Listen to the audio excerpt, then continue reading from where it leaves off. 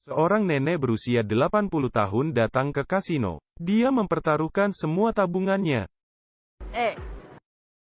Detik berikutnya bola jatuh ke angka 8. Uangnya langsung berlipat ganda 10 kali. Nenek semakin yakin dengan instingnya. Dia kemudian bertaruh lagi. Tidak disangka bola jatuh ke angka 8 lagi. Semua orang yang di meja terkejut melihatnya. Mereka bertepuk tangan. Setelah itu, nenek semakin percaya dengan instingnya.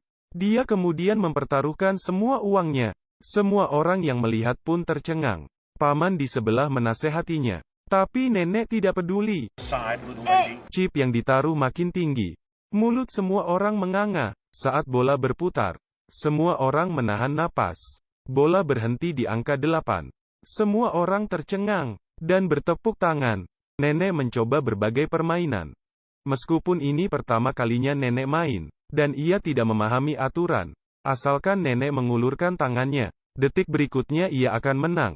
Dalam sekejap, nenek menjadi terkenal di kasino. Bahkan bos di sebelah tidak berani melawannya. Penyebab nenek menang terus dikarenakan, nenek membayar $2 untuk menghitung nasibnya.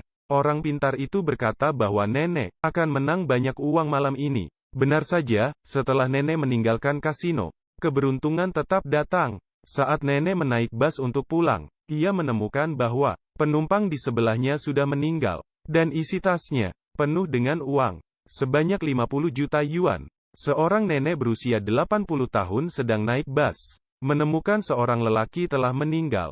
Dia langsung mendorong lelaki itu. Dasar. Saat nenek mengecek napas lelaki itu sudah mati. Ketika nenek ingin memanggil seseorang, ia menyadari tas lelaki itu penuh dengan uang. Ide jahat muncul di kepala nenek. Nenek ragu-ragu melakukan kejahatan, tetapi ia melihat sebuah tato di lehernya. Setelah berpikir beberapa saat, ia meyakinkan dirinya untuk pergi. Nenek mengambil uang tersebut dan pergi. Nenek langsung menghitung uang itu, 50 juta yuan. Dia berpikir masalah ini sudah selesai. Tak disangka keesokan harinya, dua tamu tidak terduga datang ke rumah.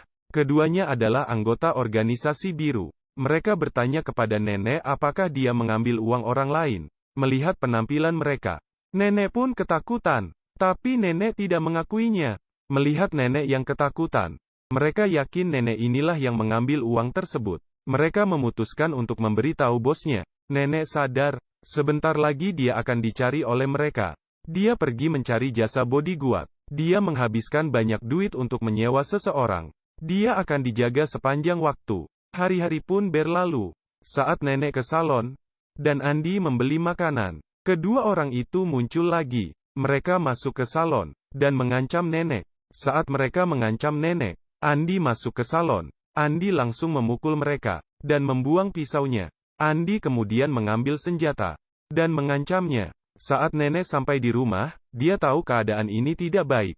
Nenek bercerita ke temannya. Ia ingin tahu siapa lelaki di dalam bus. Melalui cerita temannya, nenek tahu bahwa lelaki itu adalah akuntan organisasi putih, tapi diam-diam berkolusi dengan organisasi biru. Saat dia menggelapkan uang organisasi putih, untuk dibawa ke organisasi biru, dia mati di tengah jalan. Sekarang, kedua organisasi sedang mencari uang itu. Di saat malam hari, anak buah biru datang mencari nenek. Mereka ingin melecehkan nenek. Untungnya Andi segera datang. Ia langsung memukulnya, dan ia langsung mati.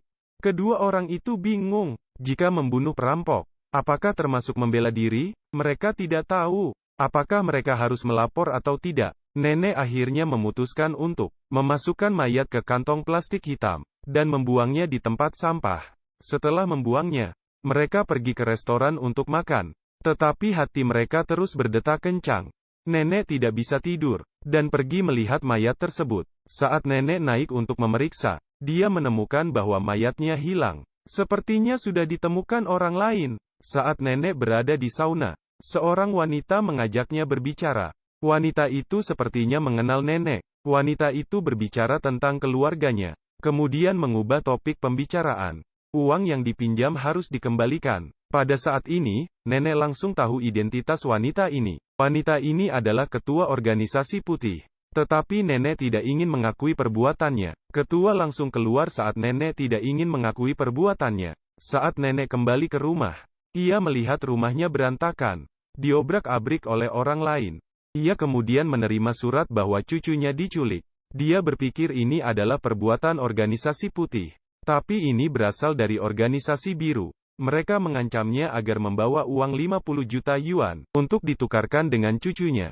Nenek yang terguncang segera menghitung uangnya. Di saat dia membereskan uang itu, Andi masuk ke dalam.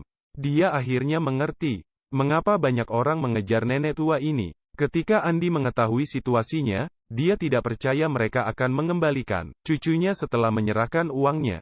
Mereka mengambil uang tersebut dan pergi. Nenek memasukkan kertas bekas ke dalam tas. Saat nenek tiba di lokasi, mereka langsung memeriksa isi tas. Karena tidak percaya dengan nenek, saat mereka ingin melukai cucunya, ketua organisasi putih datang. Rupanya Andi mengembalikan uang itu. Dengan begitu mereka terhindar bahaya. Andi tahu bahwa organisasi biru melakukan banyak pengkhianatan. Jadi dia memilih untuk percaya pada organisasi putih. Nenek berhasil membawa cucunya pulang. Mereka kembali hidup tenang. Videonya juga berakhir di sini. Jangan lupa untuk like dan subscribe. Terima kasih.